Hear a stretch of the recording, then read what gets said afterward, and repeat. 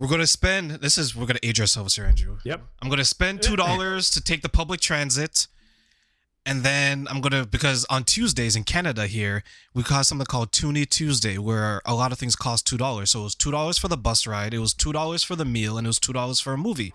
So I can go on a date for $12.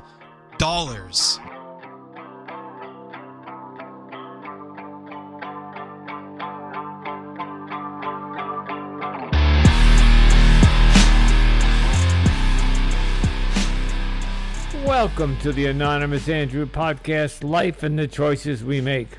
This is a podcast that explores all things as they relate to dating and romantic relationships, why we sometimes ignore or choose to ignore or miss the red flags.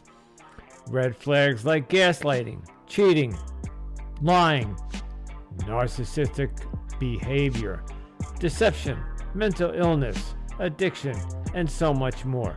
Join me each week as we continue my journey into the modern dating world with my weekend rants, anonymous guest dating stories, and experts who share their wisdom so I can help you navigate the dating terrain. If you are new to the show or have been following me from the beginning, hold on tight to the Anonymous Andrew experience.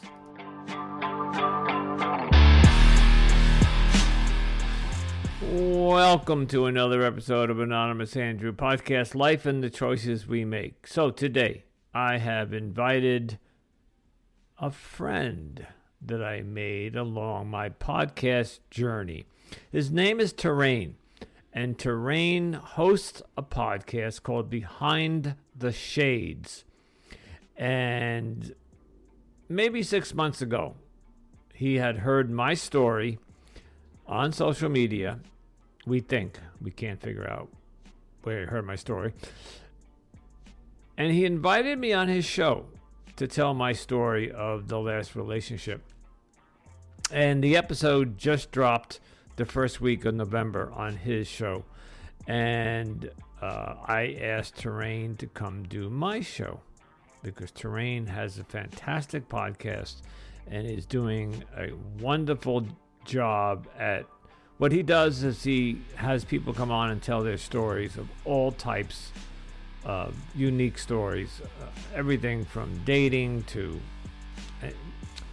just a myriad of stories, and it's a wonderful podcast to listen to. So up next, it is my interview with Terraine from Behind the Shades. Enjoy, and we'll talk to you on the other side.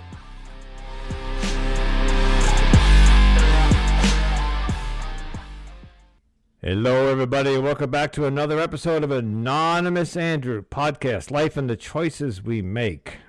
And today, I am very honored to have a guest who invited me on his show a little over 6 months ago when I was just starting out as a wee little podcaster, which I basically still am. But today, joining us is Terraine, and Terraine is the owner, show, and host of Behind the Shades. Good afternoon, Terraine, and welcome. Hello, Andrew. It is a pleasure to not only see you again, my friend, but to be on your show, and I am looking forward to our conversation today. Me too. Just to give the audience a quick background. So Terraine had reached out to me 6 months ago. He had heard my story. We're trying to remember where it was, but we think it was on social media because I was put my story out there. He invited me on his show to tell my story about my last relationship, and it just dropped this past week. He published it this week, and I've been following Terraine, his podcast, for longer than that, and I was really shocked when you reached out to me, and it was my honor to come on your show, and it is my honor to have you on my show today. So tell us what your show, I'd like to hear the story of Behind the Shades, how it developed, what brought you to start that podcast, because my story was the relationship, but everybody's got their story, so I'd love to hear your story. Absolutely. So I started it because it was something that I really wanted to do in regards to giving a voice to those that maybe found it difficult to speak their story. So, for example, I'm someone that I've had my ups and downs with relationships. It could be either romantic relationships, it could be personal, it could be professional, because the job many times is like that crazy ex-girlfriend, right? So it was something that I just created, and I said, "Hey, why don't you do it? The world has come to a stop in 2020 and Mm-hmm. 2021." And I learned a lot about myself through it as I was creating this. So I am so blessed to have started it.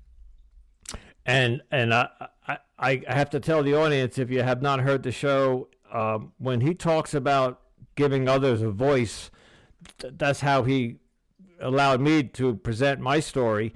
And I think you have upwards of 250 episodes or something at this point now.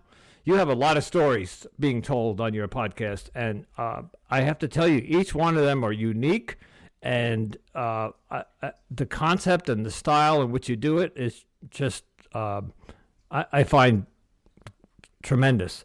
So you started this podcast to allow others to voice their stories.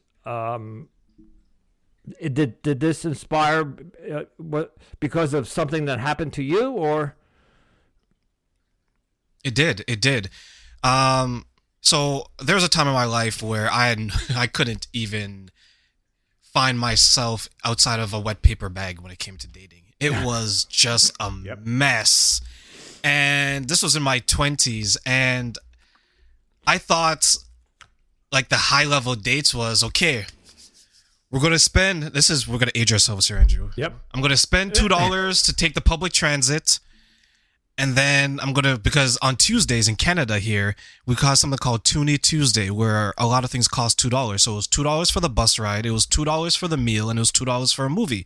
So I can go on a date for $12, Wow. which is like unheard of now. You can't even buy lunch for yourself for $12. Nope. So I went on dates every Tuesday, just trying to make it work. And as everyone could imagine, the quality of my dates weren't the best. So I had to figure out what I was going to do. And that's what started my transition to saying, hey, I asked people for advice and they're fortunate enough to give it to me. How about if I do the same, but in reverse? I take my experiences, I take my knowledge, I take my training, and try to give it out there and help people find love in all the right places, because so many of us have been trying to find it in all the wrong places. Wrong places. And that's where I find myself. I have been chasing the wrong woman, the wrong idea of romance, the wrong, and I'm 63 and I've been married, and actually married 1.5 times, because the second was a civil union.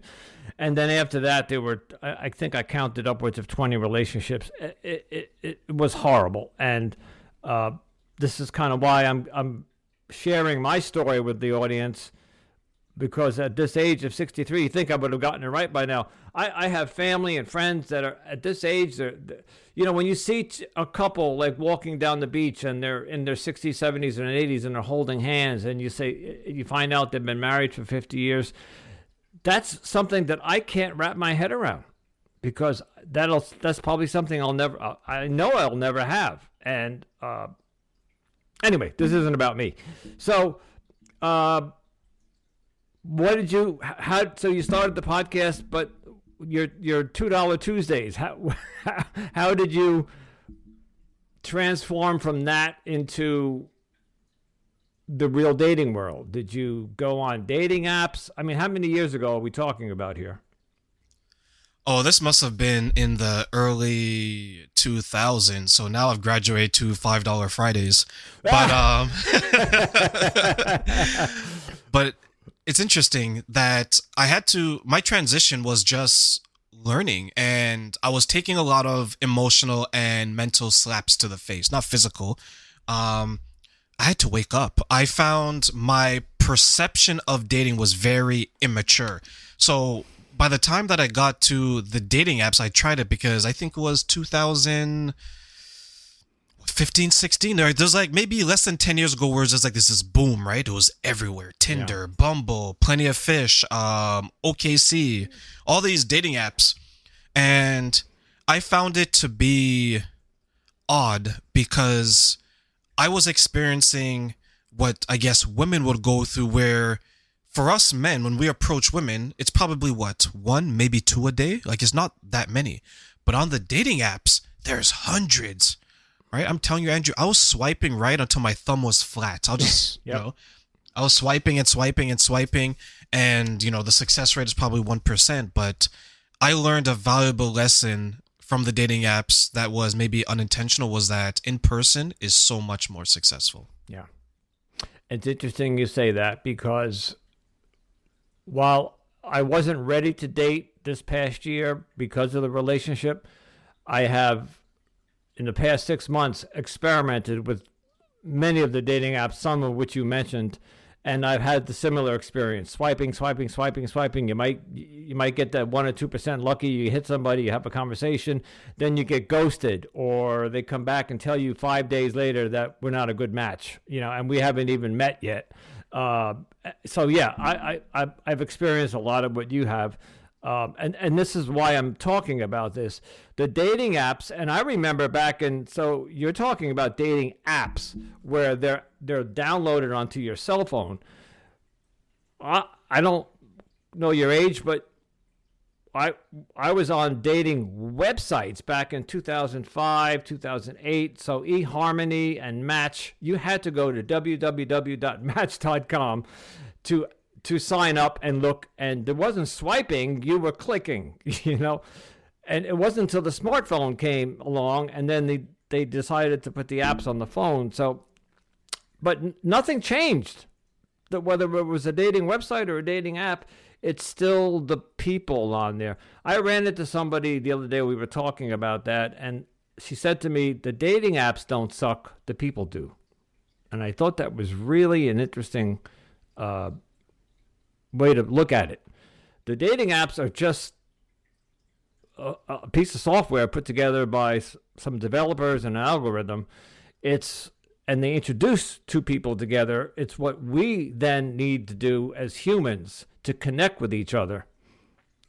What's your thought about? So you meet somebody, you match because the algorithm says that this person is a match for you. Take us through what it looks like for you to reach. Have you dated off the apps?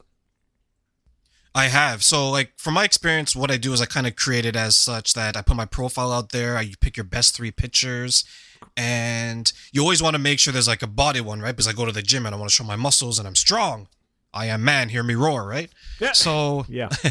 it was my experience was, I would probably say I probably got 1% of my matches to actually take it offline. And for those who don't know, offline means that you get the phone number and you move on. Correct. Right?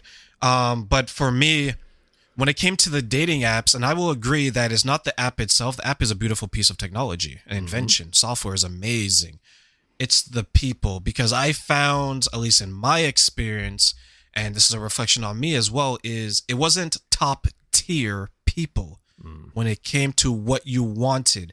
Now, do I know people that have found love and success? Absolutely. Do I know people who found chaos and misery? Absolutely. But yeah, I just put it to himself. But for me, it was something that made me, one benefit I would say is this from dating.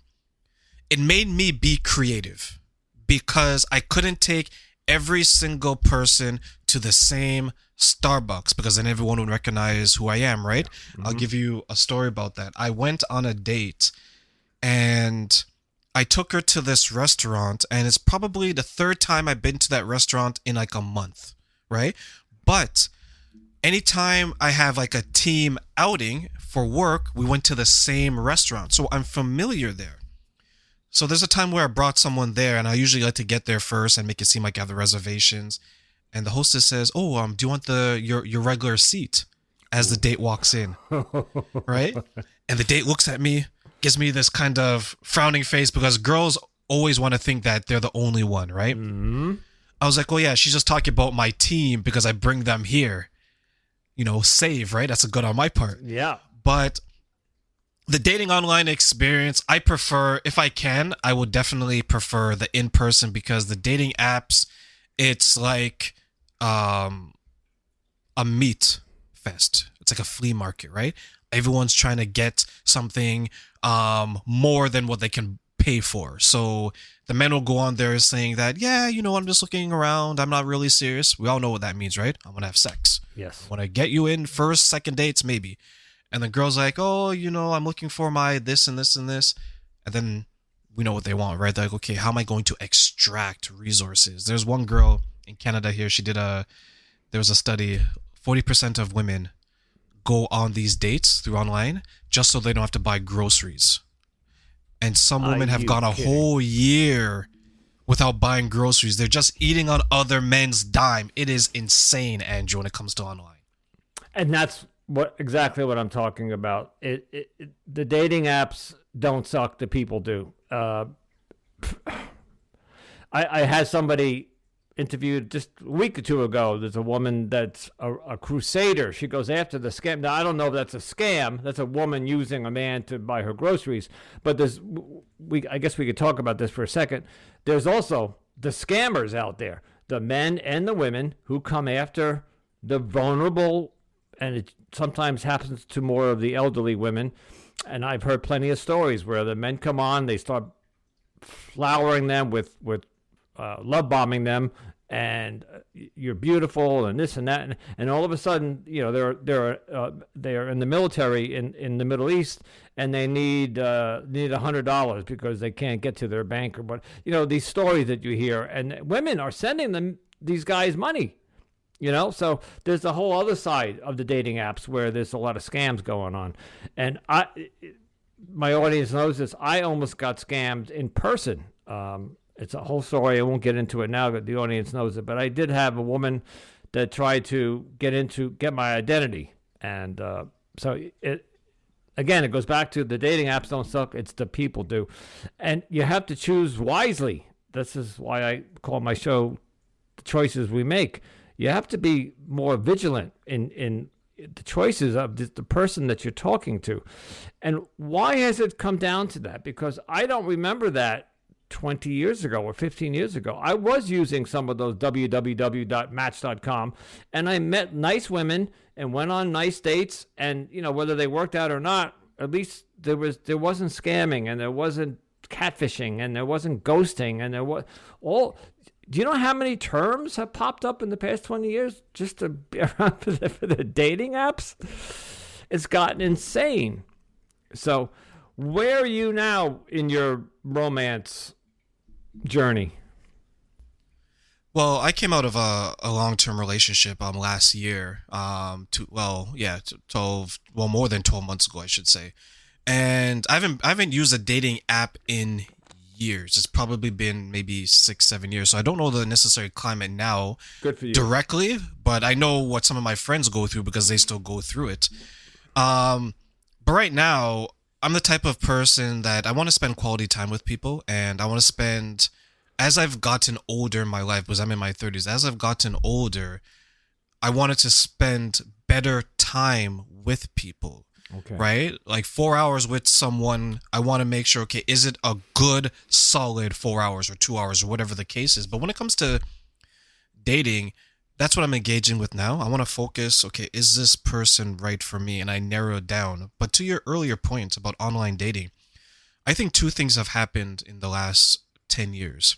Everyone who was in their probably 20s have grown up. Now they have careers and things like that, so they're not foolish and running around.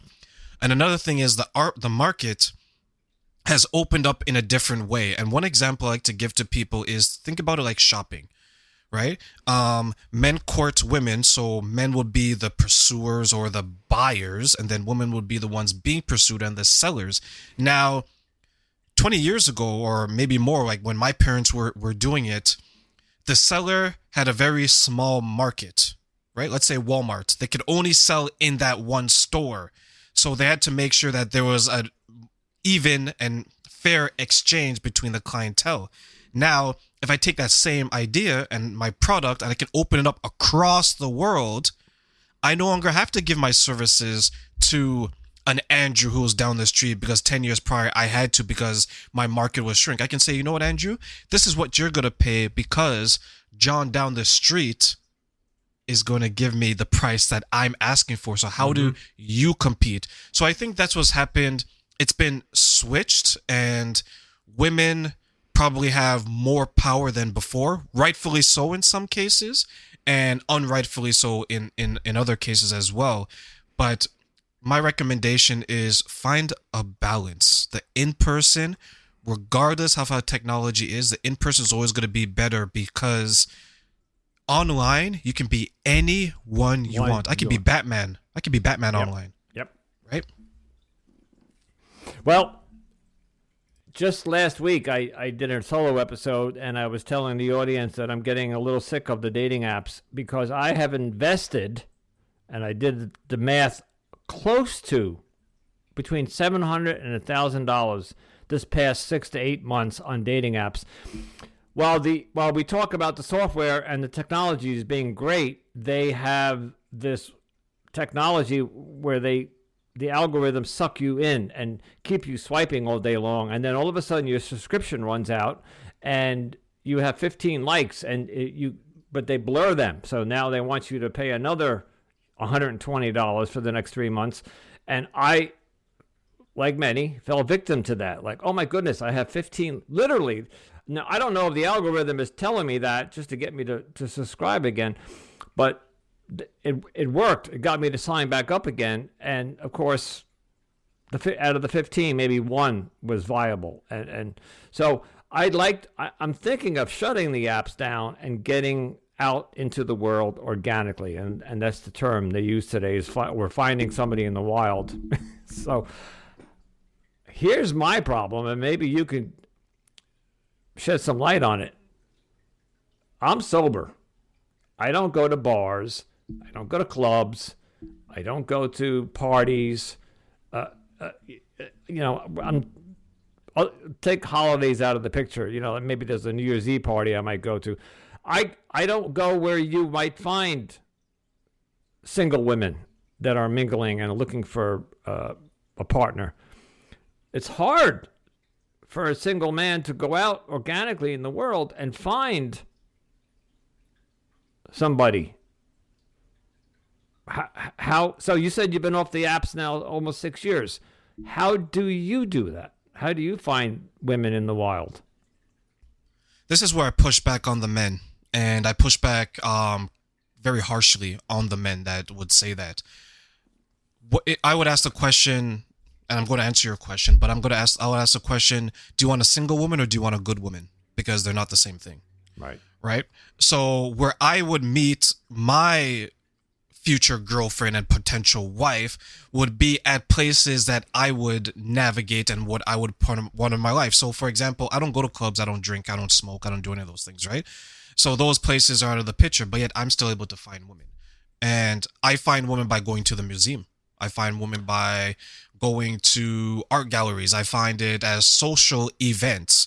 For example, I have season tickets to, well, soccer here, but as some people call it, football, right? And since I have season tickets and where I sit, I would go there and I would sit there. And sometimes I'll see people in my row, have a conversation. Hey, how are you doing? Things like that. And we'll have an organic conversation. Now, I can go and take it a step further and say, hey, you know what? We seem to both like this sport. How about next time we come together? I have a free seat here. Things like that, right? Yeah. So I think men have to, it's scary for men because we get rejected every single day, right? But because of that daily rejection, our skin is thicker than women who don't necessarily experience a rejection and who unfortunately deal with it in a different way than the men. So we have to find what works for us. So for example, Andrew, if you came to me and said, Terraine, I want a good lady and she's into movies. I was like, okay, what kind of movies, Andrew? Terraine, I'm an action kind of guy, things like that. Okay. Here where I am, there's actually a history theater that speaks to all the action movies, from the Schwarzeneggers, from the Stallones, from the Van Dams, from all these people, right? Chuck Norris, all these guys. You go there, is it going to be mostly men? Probably. But women like those things too. Or I started going to restaurants by myself just during the day. Let's go to a restaurant. I was like, yeah, can I have this? And I'll just sit and I'll just observe. There's one person, two ladies, they came up to me like, here, are you by yourself? Yeah, I'm here by myself because one, I wanted food and I want to see if there's any good looking people. She's like, do you mind if we join you? Yeah, sure. Because that's an invitation, because once you say good looking or nice people, now they're like, okay, I'm nice, so let me sit with him because he's talking about me. I'm good looking, so let me sit with him because he's talking about me, right? It's not like I said, yeah, I'm trying to see fat and ugly people. They'd be like, oh, let me get away from this guy, right? So those are some of the things that I tell men: get out there, be successful, and leave the hesitation at the door. Thank you. Because my next question or next statement was going to be, you need to have a lot of self-confidence. Just a month ago, I told my story that I was at the laundromat. Unfortunately, I don't have a machine here, so I have to go to the local laundromat. And there was a woman that I have never seen there. I've been going to the same laundromat for 4 years. And I walk in and I'm doing my laundry, and it's a nice laundromat. It's one of those places you can get Wi-Fi and they got TVs. You sit down, you can relax. And this woman walks in and immediately caught my eye, and she was my age and my demographic and yada yada.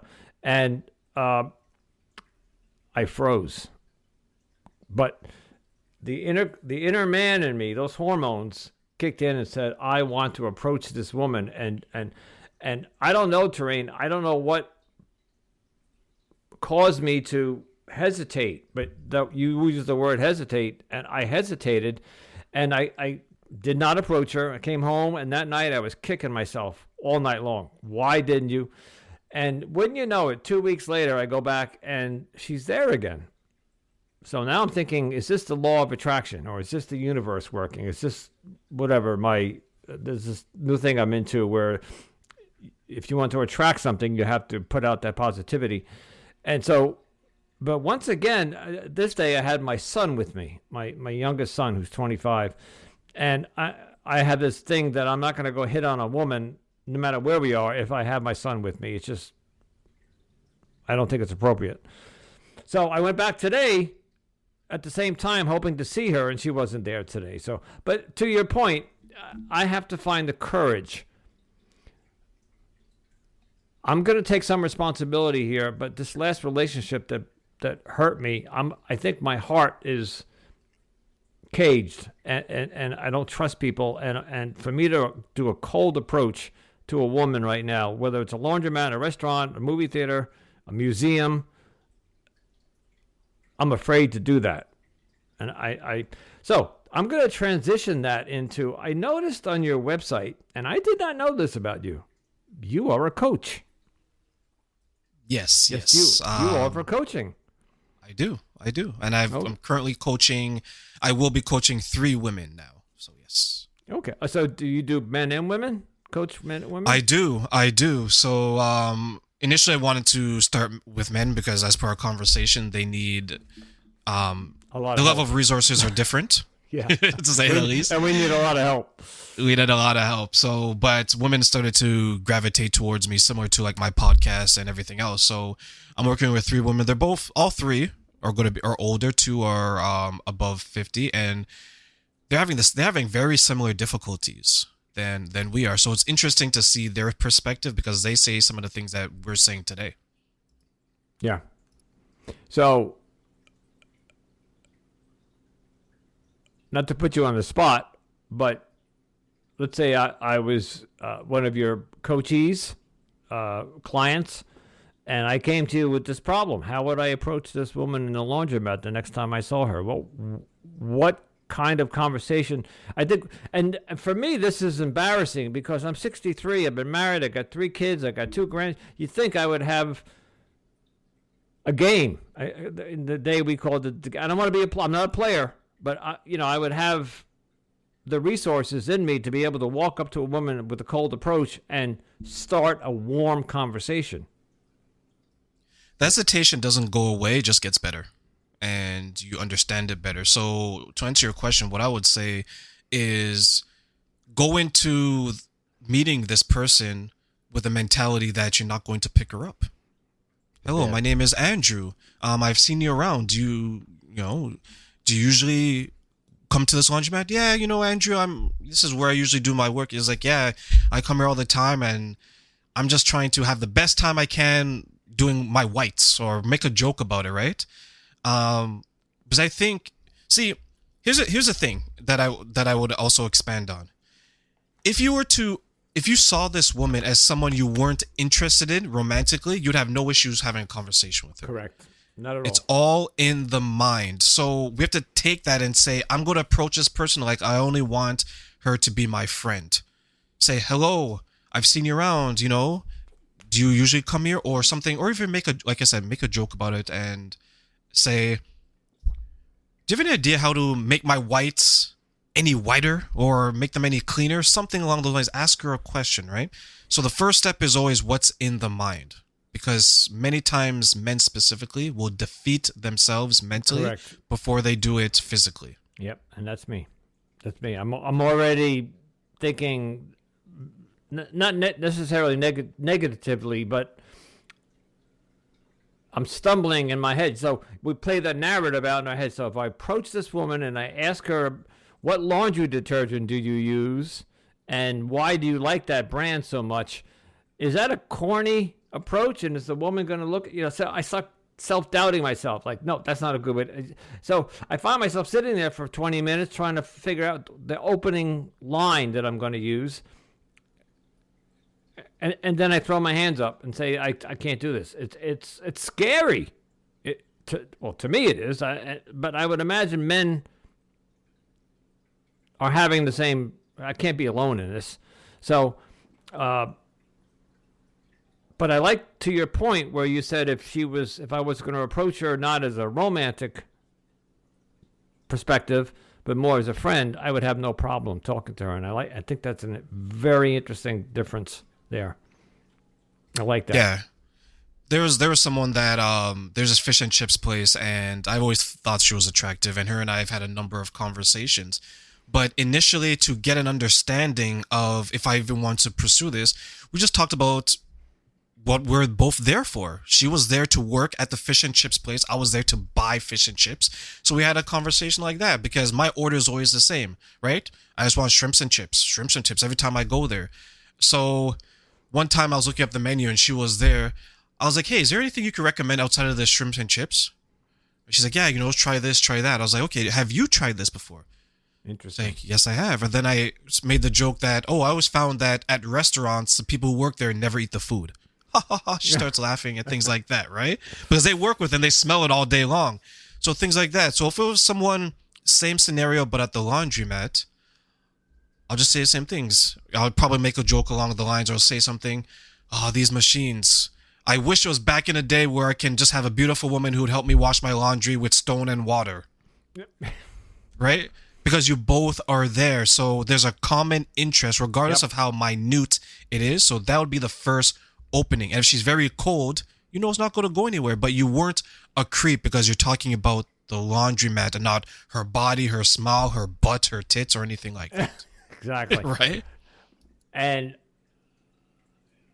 as you were saying that, this feeling of calmness came over me. I have absolutely nothing to lose. So what if she's cold or gives me the body language to leave her alone or turns her back to me?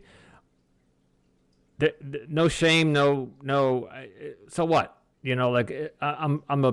My skin is thicker than that. I think I can handle that. I've been rejected plenty of times in my life, so I don't want to keep going back to the old relationship, but a lot of damage was done to me, and I'm still healing from that. And but yeah, okay, that's if I may say, Andrew, and that's sure. the thing with past relationships, right? It's like you've probably moved or been on vacation. It's like luggage. It's always in there wherever it is that you go, right? Yeah.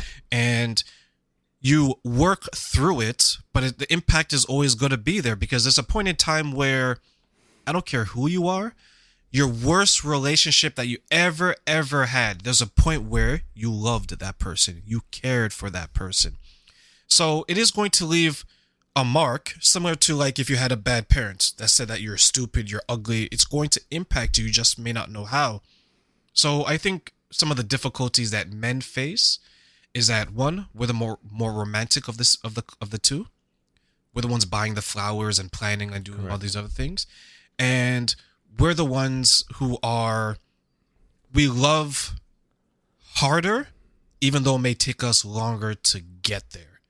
And post breakup, we find it difficult not to view the world a certain way, because in the North American system, many men, when they divorce or when they break up, they lose a lot financially. Many times, if there's children, they don't get access to the kids right away. They got to fight for all that. So the impact and the imprint of that unsuccessful relationship can be harsh on a man. But as men, or as people on a broader sense, we have to figure out, what is it that we want? And do we want this person to continue to imprison us and prevent us from getting what we believe we can? Yeah, and as you were talking, the word collateral damage came to my mind. There was a lot of collateral damage from past relationships, and I need to be able to move on past that. I had this thought because you mentioned men being the romantic or the more romantic of the two genders, and I got to be careful because there's multi-genders today. In the old days, and this may sound corny, but 20 or 30 years ago, my approach without hesitation would be bring a rose to this woman. Go buy a rose and walk up to her and hand her the rose. And what's interesting, if you watch The Bachelor and some of these other reality shows, which I don't, but I see snippets of it, that's what they still do. The man will go up and give the woman a rose. What is your thought about, because I think 20, 30 years ago, that would be taken very sincerely by a woman. I wanted to today, if I approached this woman and handed her a rose and just say, I think you're as beautiful as this rose, something corny like that. You think that might go over, or am I being overzealous here? No, I think it depends on the woman. How many women can say that they've experienced that? Right? The rose has probably evolved into the dinner. Because the dinner is far more expensive these days than it was back Correct. then. Yeah. But I think the beautiful thing about the rose analogy and the comparison is that during that time, it was special. Not everyone got it, right? Because not every man was able to do it, and not every woman received it. Whereas today, for the most part, every man can do it, and every woman is able to receive it, because they command a different type of interaction. So we have to look at that rose and say, okay, how am I going to take the significance of this rose and apply it to something else? So it could be that Jane down the street, every time she goes on a date, they always bring her to a chicken or a wing stop. Whereas Andrew is going to take that rose now, is going to say that I'm going to apply something that is more creative or more unique. How about we prepare dinner for each other? How about we go rock climbing for each other? So that is your metaphoric rose that you're giving to her, because the rose, yes, it signifies something like blossoming from the ground, right? But it also signifies uniqueness and something special. You're giving this person something that no other man has or is capable of doing. So it's how you look at the rose. I like that. That's a fantastic answer. I just have to remember to bring a rose to the laundromat next weekend. Tied with bleach. Tied with bleach. or softener sheets or something. But I get, yeah. Well, here's a part. When you go there and you see her again, just ask her, what type of fabric softener do you use? Interesting. Sometimes it could be as simple as that. Simple as that. Yeah. She'll say, "Oh, I can use this. Is it going to make my clothes as soft as the way your skin looks?" And that sounds beautiful. I think, and I'll keep this in the eye, I make it so complicated because I overthink it. And I, as I said before, I'll play out the narrative in my head. Maybe she's not available. Maybe she's married. Maybe she's in a relationship. Maybe she's a lesbian. maybe, maybe, maybe, maybe. And in my head, there's too many maybes, so therefore the odds are against me. And then I throw my hands up and say, but it's all in the mindset. And I need to, I think, alter my mindset. And also, we talked about the collateral damage from the last relationship. I need to really let that go and forget that even happened. And although this podcast is keeping that alive, but that's my problem. So, okay, Terraine. Andrew, Yes. one thing in regards to one thing that I've done is, and I started doing it as a joke because girls kind of laugh at it too, is I'm right-handed, right? The ring in this part of the world, they wear it on the left hand, right? Correct. So what I started doing is anytime I would introduce myself, I started shaking hands with my left hand. And then I'll turn their hand over and see if they're married. Or one thing that I did is when I shake their hand, I'll put my ring finger underneath their ring finger to see there's like a groove or a ring there. So you get an indication. Right now, there's a lot of married women who don't wear the ring, but for the most part, they would. Right, so that's a way to find out. And she may even ask you, "Oh, how come you shaking with your left hand?" "Oh, I just want to make sure if you're married, I don't overstep any boundaries." Wow. Then they'll answer you yes or no. Yeah, I did notice that she had a larger load of laundry than I did. So I go every week, so I have just your typical one-person load of laundry. She seemed to have 2 or 3 laundry bags. So I started, again, overthinking. Is she doing laundry for her and her partner, her partner and her kids, although she was old enough not to have young children?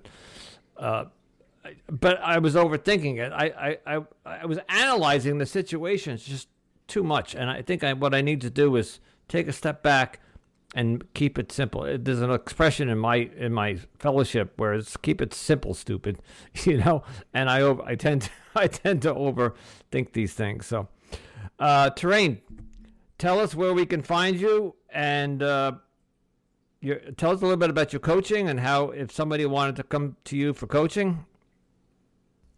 Absolutely. So you can find me at www.behindtheshades.ca. I am looking to upgrade my website a little bit, but yes, I do offer coaching at the moment. It is free for the first couple of sessions. I can provide you with one-on-one consultation, conversation. We can set up a plan and identify what it is that you want and how you can create that desire within yourself to put your best step forward. As well as Andrew, my good friend, mentioned, I do have my own podcast, The Behind the Shade Show. You can find me on YouTube, Facebook, and Spotify, and that is where I am currently. Great.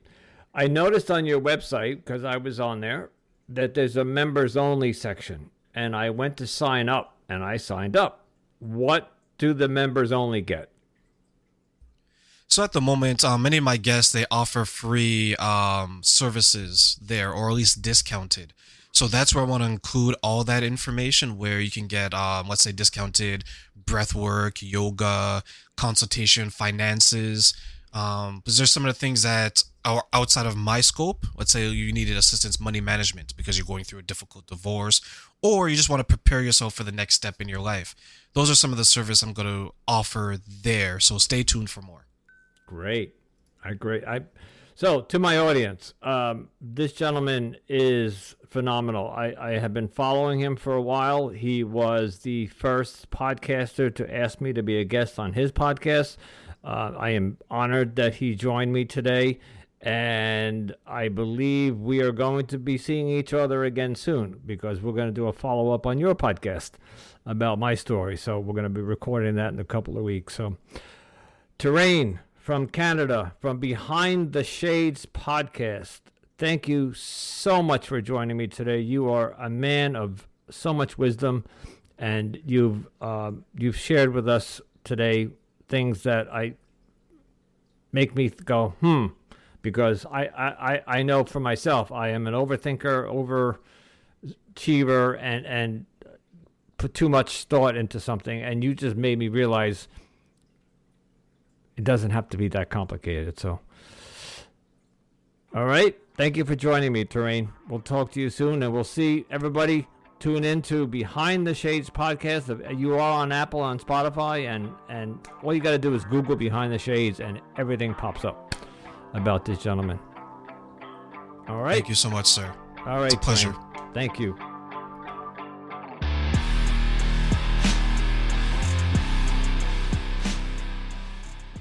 I would like to thank Terraine very much for joining me. Terraine, as I said before, was the first podcaster to reach out to me to tell my story, and I'm internally grateful to Terraine. And you should definitely check out his podcast, Behind the Shades. It is an inspiring podcast, and his podcast inspired me, not only to start mine, but to keep going. Podcasting, as one may know, it's been not only been around for quite some time, 20 years now, but now there's 5 million podcasts, and everybody is starting podcasting, and there are companies out there. There's one very popular one that I'm not going to name, but they basically tell you for free you could just upload an audio file and start your own podcast. And it seems like everybody's doing it now from their basements. It can be that simple. All you need is a microphone and an iPhone and a distributing service. But that's not a real podcast, in my opinion. It depends on what the podcast, your purpose of the podcast is. If it's just to get a message out or talk to people or have fun, but if you're looking to either make some revenue, establish a presence in the podcast world, become a professional, there is a lot more work to go into it. And I'm not going to bore you with the details, but I've been doing this coming up, I think next month, or this month. No, this month will be 1 year. And I can't tell you the amount of work that's involved. So anyway, here comes the part of podcasting that if you want your podcast to do well, you have to do, is ask my listeners to take 5 minutes and go down to the bottom of the podcast on your phone or whatever device and leave a review if you're on Apple Podcast or Spotify, and or tell a friend. I have an interview coming up from a woman who reached out to me because a friend of hers in England heard my podcast, and she said that she should listen to my podcast and reach out to me, and she did, and now she's going to come on and tell her story. That'll be airing in a few weeks. So the point there is that people are telling other people about my podcast, and that's how it grows. If you're going to make a choice, if you're in a relationship or dating and you're thinking about committing, please just take some time and make sure that that person that you're choosing to commit to is the right person. Did you skip, miss, or ignore any red flags? Until next time.